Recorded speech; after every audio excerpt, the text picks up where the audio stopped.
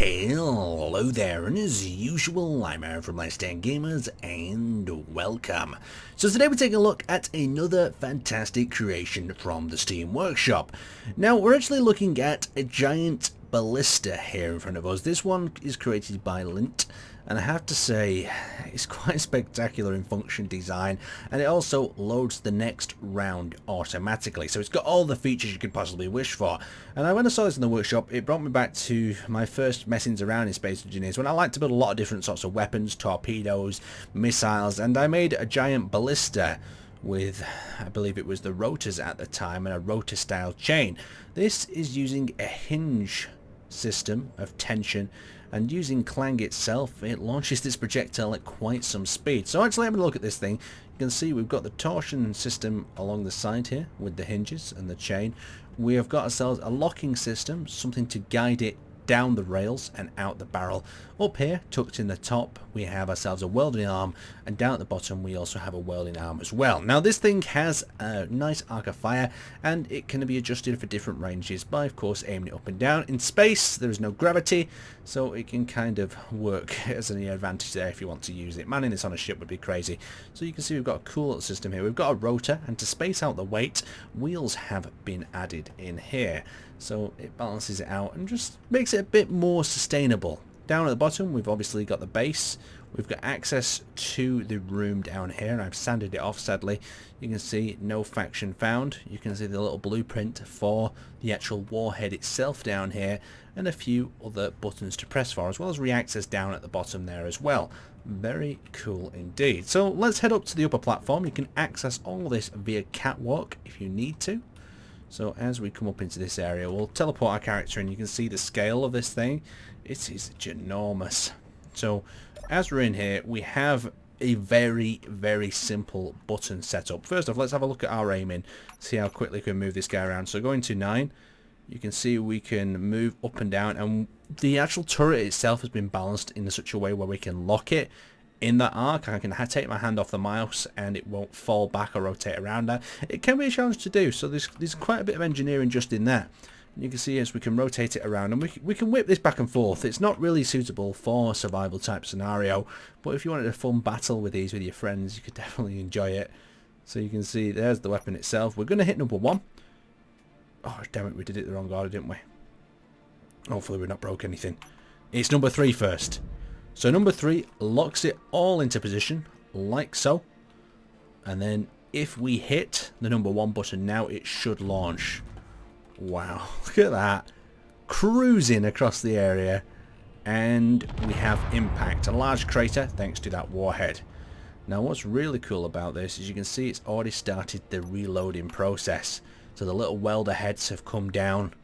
They're welding up the warhead back again. It's locked into position, and it is ready to fire again. Let's launch another. Oh, we've broken the hinges off.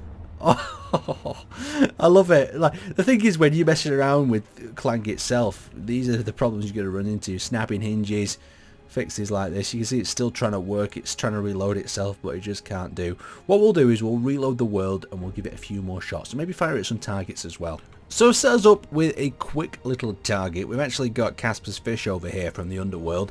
We've seen this one before, and we're actually going to jump back into the weapon and give it a fire at this and see what happens. So character's over.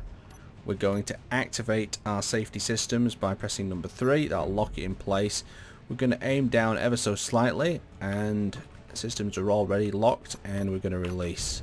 So that is the weapon away. Oh, we've had a dud. We've had a misfire. We've had a misfire. Look at that, how it grabs it back with the rotor head lock. That's awesome. So it's pulled it back into position. The arms are open up. We've got another warhead online. Luckily that warhead didn't explode. It's so cool. It's having some proper malfunctions at the minute. Right, let's try and fire it again. So 1, and we got a successful launch straight into the target. Oh, a big hole. But we've done a bit more damage to ourselves. But still, this system's awesome. Let's keep going. Let's keep firing at some other things. Right, so we're up in space. We're doing a little bit more experimentation with this thing. We're not really testing it. I'd say testing's got to be done a bit more scientifically. We're more just kind of playing around with it and seeing what results we get. So if we do go, we can move it up and down, and then we can launch away. So I've accidentally hit number 1 first again. So let's hit 3, clamp it in place, and then we're going to hit 1. Now the only issue I have noticed with this is, oh, I've got a little bit of movement there. Let's get this back on track. So put it about there on the aiming reticle. Is that the chain of the actual ballista itself catches the back of the missile or arrow or whatever you want to call it when it fires out. So just watch this. So you'll see it gets stuck like that. It's almost like gravity or Clang has realised, hang on mate, you shouldn't be going this speed, and it stops there immediately. So you can see the rewelding process taking place, and let's see if we can get a successful launch on this next one. So it's clamped back in, and we are going to fire. So the other issue is that the back of the chain sometimes contacts the back of the rocket. So let's see it this time. Oh, we got a good launch. We got a good launch. Oh, beautiful damage. Sadly, the warhead didn't detonate though. You can see its place there, and I'm guessing that this is already reloading. The reload time is great on this. I think this system of the fold-out welders like this wouldn't have been possible a few patches ago because you couldn't have had it clipping with them bloxes. But perfect. Let's go with a secondary launch. Fingers crossed once again. Okay, we've got another rocket away, or projectile, and that one has punched straight through. Still no detonation, but great job on the penetration there. So we're reloading. Let's change up our target. Let's actually go for the radar dish there on the side. So lock it back in place and fire. Oh no. Oh no. We've had detonation. We've had premature detonation at the front. Has anything been lost though? No. So just the missile. So every now and then it seems like Clang takes over a little bit and says, no, you're not launching this missile at the enemy, and stops it right there. So let's check ourselves, make sure we're still aimed in. Okay, yeah, we're aimed nicely at that disc. If we can get a good shot off, let's hit again. Yes, here we go. Oh, impact. You know what we need to try doing? Hitting that joint there. See if we can knock this disc off, dislocate it. It is very cool when it impacts. There's something about kinetic weapons. If you play Space Engineers and you try building your own, there's a certain level of challenge behind it. But if you manage to make one that works, it is so damn satisfying. So, let's have a look here. I think I need to build some more weapons. This is kind of motivating me to get some more weapons built. So let's fire again. Oh no, we've had a snap. We've hit the joint though. We've hit the joint and we have taken out the dish. Lovely. That's going to fall down to the planet and crush some poor sod down there. But yeah, that there, the ballista itself is trying to weld itself back up. But once it snaps off like this, there is no repair for it. There is no retensioning sort of system. But it is a really cool design. You can see we've got the little device here that detects when the missile has come past that point. You've got all the ballista arms there. Really cool design indeed. We'll re-prep it one more time. So I'll hit F5. We'll bounce back into the world, and the consistency, like I said, is a little bit all over the place, but I think this could be ironed out. But there is no true way of controlling Clang. You never know what it's going to do shot to shot. Let's pop this back in here. Let's load up with a number 3, clamped in place. Let's take out that rear thruster area and fire. Oh, that was actually a good one. Straight away. Oh, that must have been a big hit. That was on the hydrogen, that. Good shot. Okay, let's get back over to our weapon system. We're loading up. You can see it's going to oh, it didn't actually retract back. So we've had a failure to feed by the look of it. Yeah, the system didn't pull itself back fully.